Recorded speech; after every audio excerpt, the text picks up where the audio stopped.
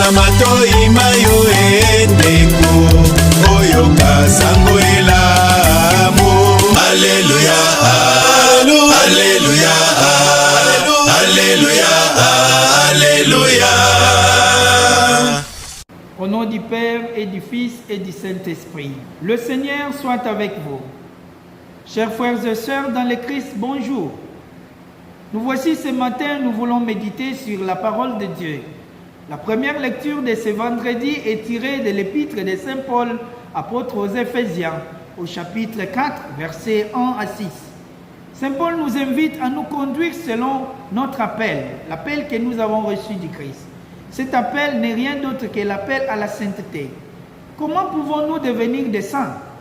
Telle est la question de ce matin que nous allons méditer. Nous devons savoir que tout baptisé, depuis le jour de notre baptême, nous avons été greffés dans la vie du Christ. Nous avons été identifiés dans la vie du Christ.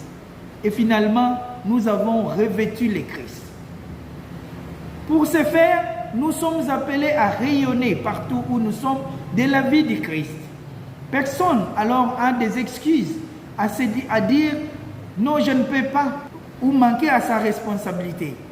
Pourquoi? Parce que nous avons tous été marqués de l'Esprit Saint. Et cet Esprit nous pousse à faire de bonnes œuvres. Et cet Esprit nous pousse à rayonner de la vie du Christ partout dans nos actes et dans tout ce que nous faisons.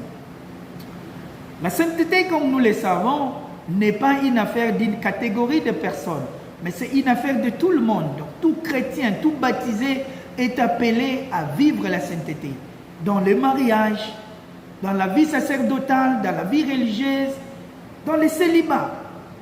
Chacun est appelé à rayonner dans son état de vie et à rayonner partout où il vit. Comment pouvons-nous maintenir notre sainteté? Comment nous pouvons vivre cette vie? Saint Paul nous demande, la première des choses, c'est l'humilité. Soyons humbles. Nous pouvons être tout ce que nous pouvons, mais si nous ne sommes pas humbles, nous manquons à la sainteté. Nous ne pouvons pas arriver à l'imitation du Christ. Sachez que Jésus, Dieu qu'il était, s'est abaissé pour devenir comme nous. Et c'est pourquoi Dieu l'a exalté, dit Saint Paul. Nous également, en étant humbles, nous serons exaltés dans la gloire en obtenant la couronne des saints. La deuxième vertu, c'est la douceur du cœur. Être en mesure de créer un climat de paix avec toi-même et avec tous ceux qui t'entourent, voire même ceux qui sont sous ta charge. Et la troisième, c'est la patience. Sainte Thérèse d'Avila disait, la patience obtient le tout. Oui, la patience obtient le tout, chers frères et sœurs. Quand on est patient, on arrive à obtenir ce qu'on manquait. Et quand on est patient, on arrive à réaliser de grandes choses. Beaucoup parmi nous ont fait l'expérience que dans des moments difficiles, c'est dans leur patience, dans la prière, qu'ils sont arrivés à obtenir de grandes choses. Et la patience, c'est ce qui nous amène dans la vie, dans la grande vie des saints. La quatrième des choses, Saint Paul nous dit, nous devons être en mesure de préserver l'unité de l'esprit. L'esprit que nous avons reçu le jour du baptême, qui est présent dans tous les baptisés, nous sommes appelés à préserver cet esprit par les liens de la paix. C'est-à-dire, nous devons créer autour de nous un climat de paix.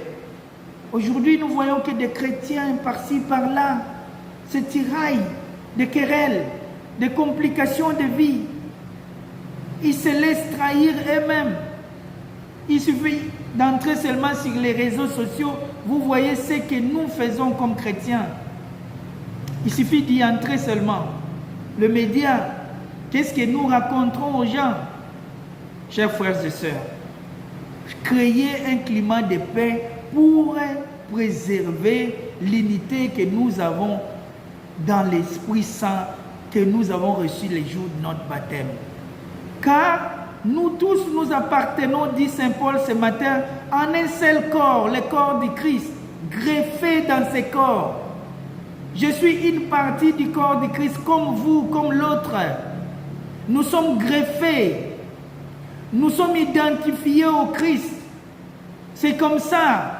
nous sommes, chers frères et sœurs, en étant greffés, nous devons préserver cette unité. Car nous avons une seule foi, un seul Seigneur. Nous avons un seul Dieu.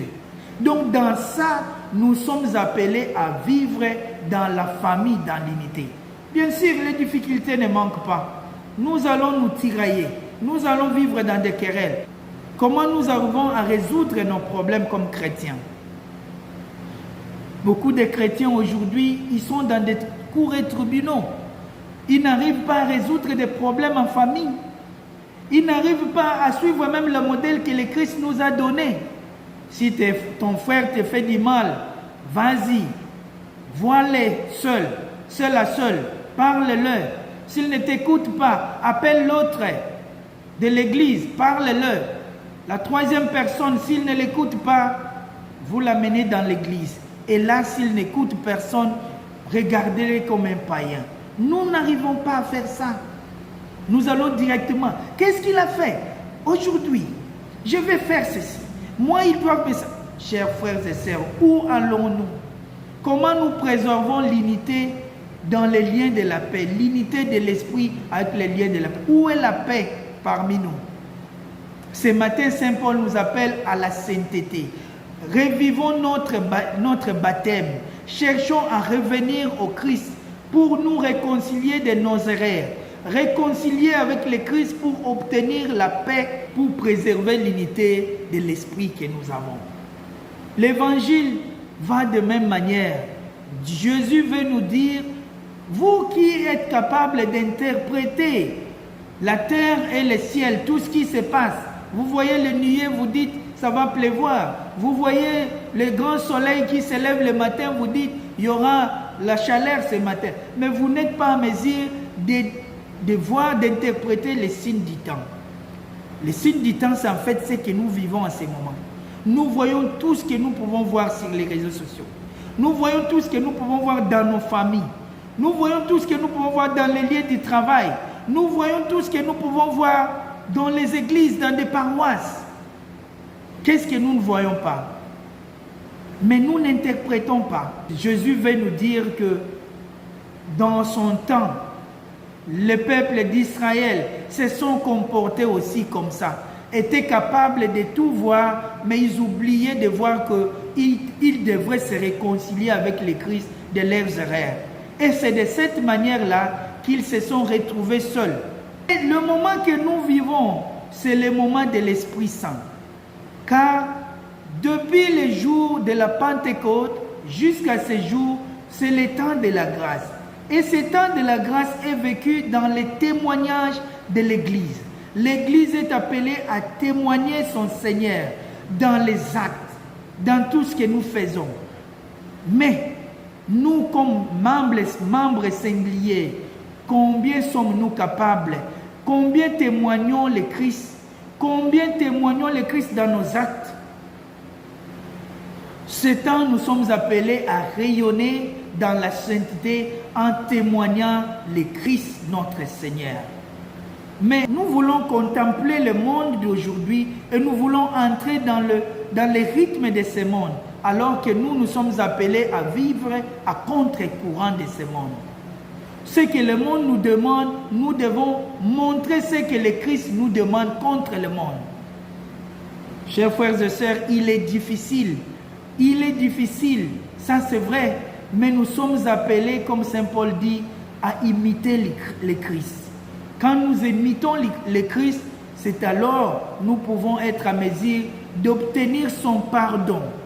Le pardon que nous cherchons, c'est pour obtenir la vie éternelle.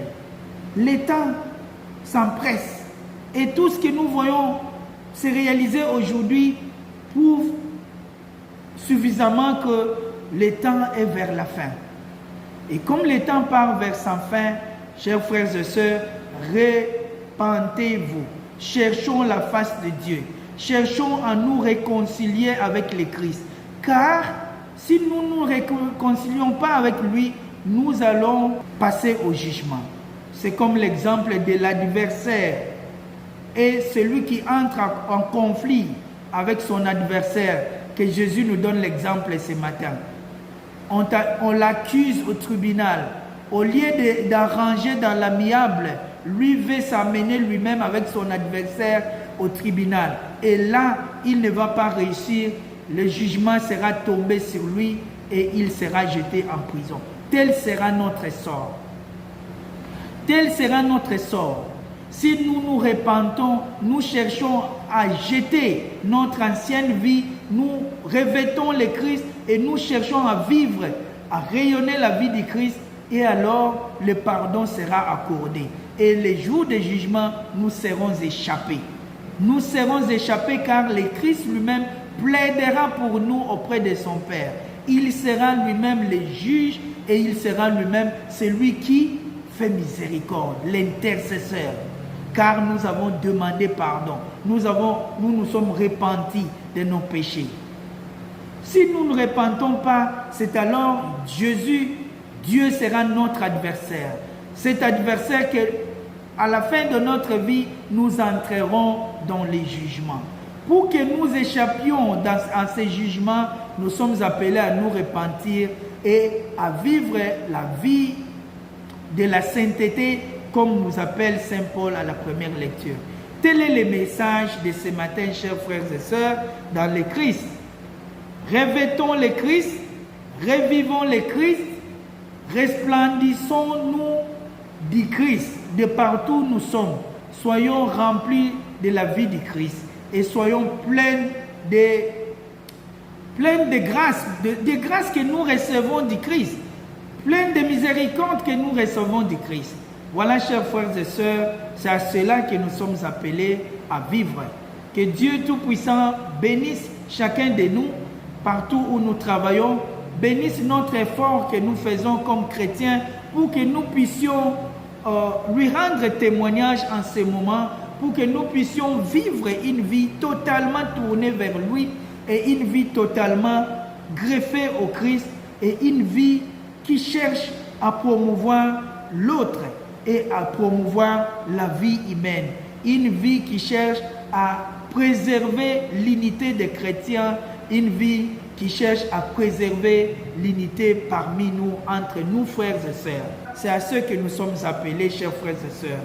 Que Dieu lui-même nous accorde la paix et la grâce, afin que nous puissions vivre notre vie chrétienne au quotidien et nous puissions nous approcher au Seigneur tout en reconnaissant nos péchés et pour obtenir son pardon. Le Seigneur soit avec vous. Que Dieu Tout-Puissant vous bénisse et vous garde. Le Père, le Fils et l'Esprit Saint. Bonne journée à tous et à toutes.